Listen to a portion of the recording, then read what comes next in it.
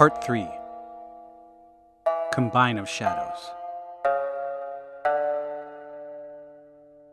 I found it, though it wasn't easy. I expect to be well paid for this too, Gola. Well paid. Do you have any idea how many traps that Paltian ancient put in his secret bases? Soshu was dangerous back in the Paltian War. I think he's more so since he and his people vanished. Elzon, recently in communication with Wrangel Gola.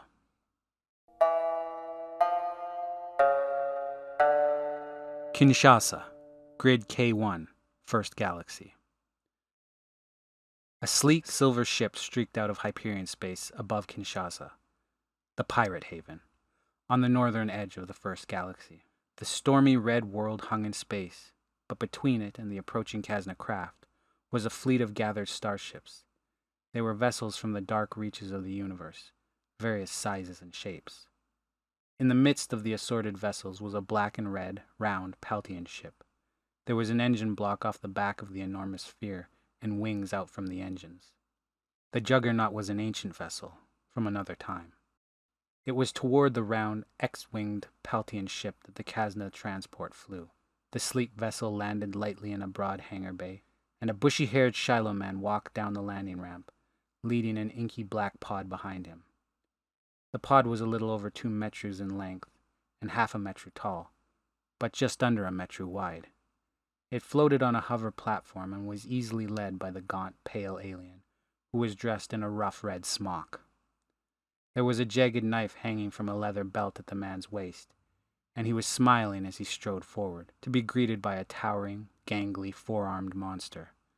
The slate-gray, axe-faced, red-eyed creature stared down at Dr. Elzon's face, and his mismatching eyes. One was milky, the other cat-like. "Take me to your leader," Elzon croaked.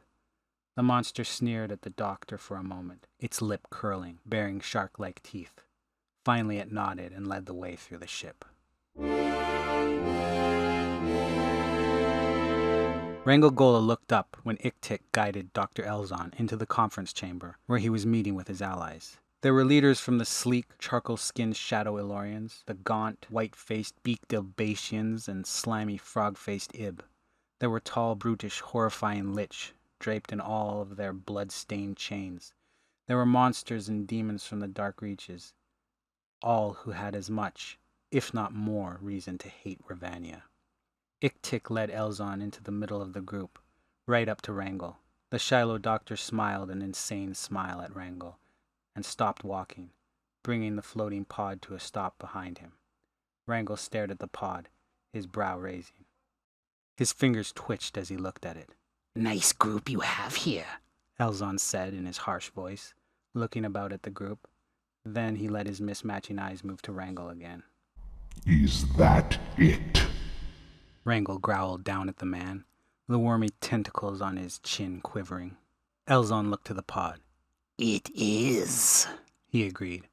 "Of course, I can't open it for you. You'll have to look somewhere else for that sort of thing. And as far as I know, Soshu is dead.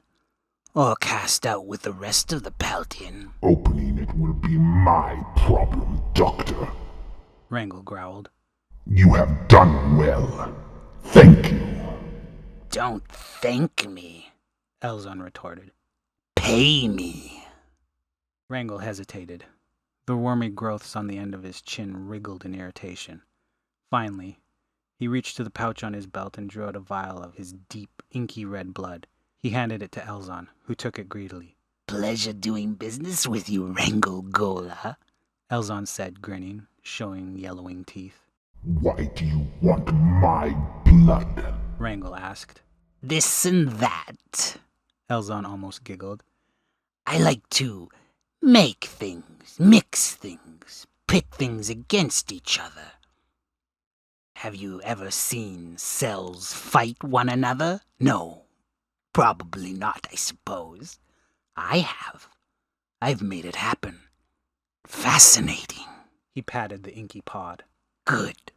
All done here." the mad Shiloh said. Be seeing you and all that. Good luck with this. He patted the pod again and looked like he didn't want to leave it. He leaned forward, narrowing his eyes at Wrangle. If you ever, don't need this anymore, I would buy it from you. Would you? Wrangle grumbled. At a fair price, of course. Elzon chuckled, and he finally took his hand away from the pod. Just let me know. He turned and started to walk, but stopped when Iktik got in his way. Elzon looked up at her, and his entire demeanor changed. He glared up at Iktik and snarled in a voice that was dripping with hatred and sounded otherworldly. Remove yourself from my path, you filthy Isakar, or I will make you a dish for my spawnlings. The whole room seemed to chill. Iktik looked to Wrangle, but he could see fear in her axe-shaped face. He motioned with a hand for her to step aside. Elzon walked past and continued away. Iktik clicked at Wrangle. No. He replied. He will see himself away. Better that way. What is it? Unal, the Shadow Ilorian king, asked, stepping forward. He wore dark red and black robes. His hair was smooth, white and silky, and his beard hung past his chest. Wrangle noticed the man's nearly glowing blue eyes locked on the inky pod that Elzon had brought. This is a weapon. Wrangle said, looking out at the group of infernals surrounding him. This is a long-lost weapon. A piece that we need if we are to stand against Ravania. What sort of weapon? One of the Albatians asked, clicking his beak as he spoke. The kind that can kill Ravania. Wrangle snarled. The group stirred and Wrangle watched over them. I tell you we can beat her. We will beat her. We will take her castle, draw her out, and destroy her. You all have more than enough reason to hate her. Will you stand with me? There were traded looks among the group, and quiet murmuring.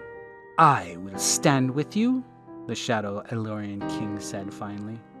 The others joined him, then all. Wrangle smiled and ran a hand gently along the inky pod Elzon had brought him. Thank you for listening. Please like, subscribe, and share with your friends, and there are more episodes on the way.